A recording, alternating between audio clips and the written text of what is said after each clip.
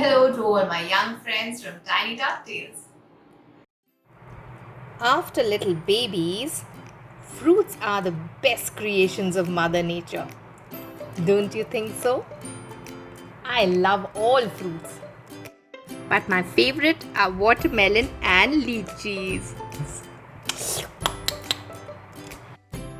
Pooh and his pals are going to have a summer fruit party. Why don't you and I gate crash this one? Are you ready? Let's go to the 100-acre wood.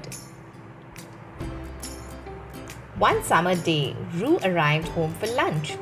He was covered from head to toe in red spots. Roo dear, said Kanga, what on earth's wrong with you? Have you got measles? I don't think so, said Roo. Well, said Kanga, come and eat your lunch.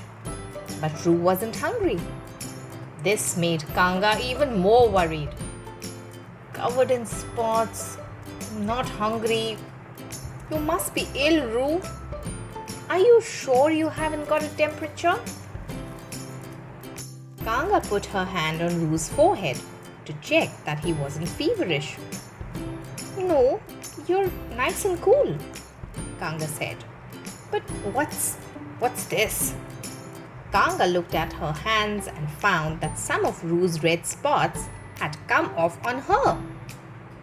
Either these are very infectious measles, said Kanga, or they are something quite different.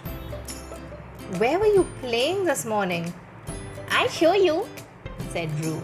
It was in a lovely place. Please come and look.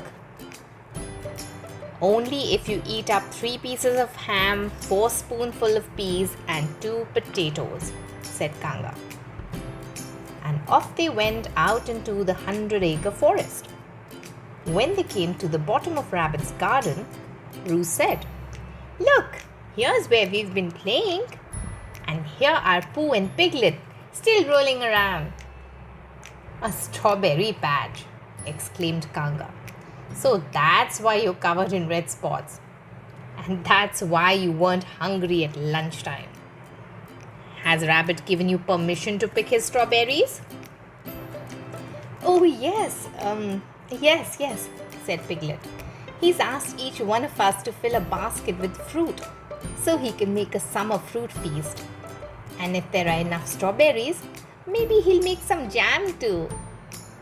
And look what I found, said Pooh. A funny green strawberry growing high up on a hedge. That's not a strawberry. It's a blackberry, said Kanga. And you have to wait until autumn for it to be ripe. Blackberry bushes. Ouch! said Pooh. I was just about to say, continued Kanga, that blackberry bushes have thorns. Winnie the Pooh's ouch was loud enough to make Rabbit pop his head out of his kitchen door. Now what is it? He asked. Fruit picking is supposed to be a pleasure. I don't want any ouches, please. My goodness, you've all gone red. Are you blushing? Or is it juice?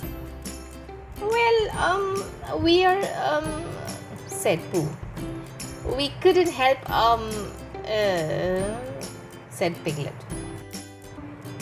Oh, we've had such a lovely roll in the strawberries, said Roo. And they tasted so good. And I had 10 and Pooh had 20 and... That's enough nibbling, said Rabbit. It's the baskets that need to be filled, not your tummies. Now look, I want each of you to take a basket and pick as many different kinds of fruits as you can find. Off you go!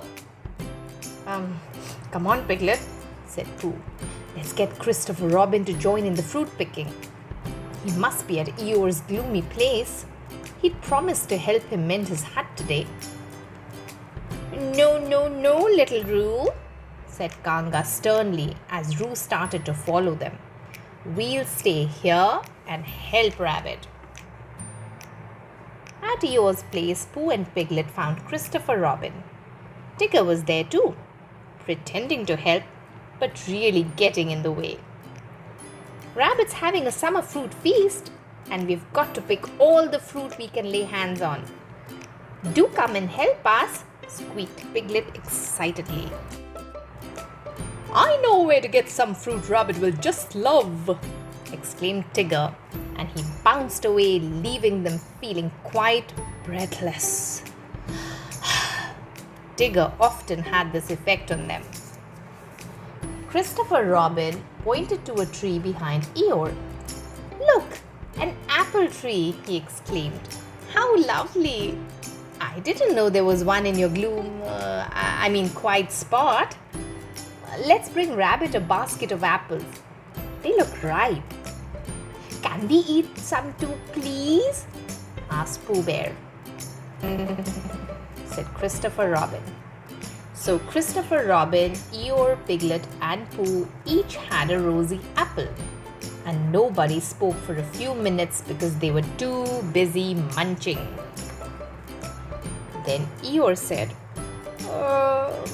Could I have a word with you, Christopher Robin? And he mumbled something in his friend's ear. Christopher Robin smiled and nodded. Please, Pooh, please, Piglet, he said. Would you mind taking these apples to Rabbit? Eeyore and I just have to run a little errand. Pooh and Piglet couldn't help feeling very curious as Christopher Robin and Eeyore hurried off. Piglet nudged his friend. What do you think they're up to, Pooh Bear? I don't know, Piglet, replied Pooh. But Christopher Robin looked quite excited.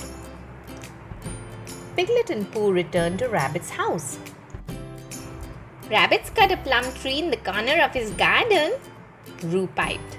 And we've been filling our baskets with plums. Rabbit was delighted with the apples. Just the thing for a tart, he said. So Kanga and Roo followed Rabbit into his kitchen with the baskets full of fruit. We'll start with the jam, explained Rabbit. Kanga chopped up the plums and removed the stones, while Rabbit took out 2 saucepans that were even bigger than Roo. Into the saucepans, he poured a mountain of sugar and soon it all started to bubble. The jam can be left to simmer while I make an apple tart and some strawberry tartlets, said Rabbit. Will you help me roll out the pastry, Kanga? Suddenly, Tigger bounced in excitedly, saying, What's that delicious smell? Before Rabbit could stop him, he dipped a finger in the strawberry jam. Help! He started hopping around the floor, licking his finger. Ouch, ouch, ouch, ouch! That dark red stuff! What is it? What is it? He shouted. It burned me! It's the hottest thing I've ever touched! Hurry up, Rabbit! Bring me some water, please! Ow, ow, ow! Rabbit filled a basin with water and poor Tigger plunged his paw in. That feels better, he said. Well, that will teach you, said Rabbit. You're not supposed to dip your finger into other people's saucepans, however good the smell is. Tigger proudly produced his basket. It was full of shiny red tomatoes. Roo said, But Tigger dear, those are vegetables, not fruits. Excuse me, Roo, said Rabbit. Tigger's quite right. Although one uses them like vegetables, tomatoes are in fact fruits. Rabbit, Kanga and Roo joined Pooh and Piglet in the garden for a well-deserved rest. Rabbit said, Time for a treat. There's a bowl of strawberries and cream for each of you. And I've kept all the stalks for Eeyore. But, said Pooh Bear, where are Christopher Robin and Eeyore? Pooh Bear, climb the plum tree and see if you can spot them in the distance, ordered Rabbit. Yes, here they come, cried Pooh. I can see Eeyore and Christopher Robin is holding a basket. It's full of something red and glossy. I wonder what it is. Look, everybody, cried Christopher Robin. Eeyore knew where there was a cherry tree. Mumbled Eeyore. But I couldn't reach the cherries. So Christopher Robin stood on my back and picked them. Well done, cried Rabbit. I do believe that's the pick of the day. Now let's lay the table, said Rabbit. And we'll eat all the puddings I've made with the fruits you picked. They had a glorious summer fruit feast. They all agreed the crowning dish was a delicious pie made with Eeyore's cherries. On the table next to each plate, Rabbit had put 2 jars of jam, one of strawberry and one of plum, with labels saying 100-acre jam. Rabbit made it. Thank you, Rabbit, said Pooh. Now I can have honey and jam for breakfast.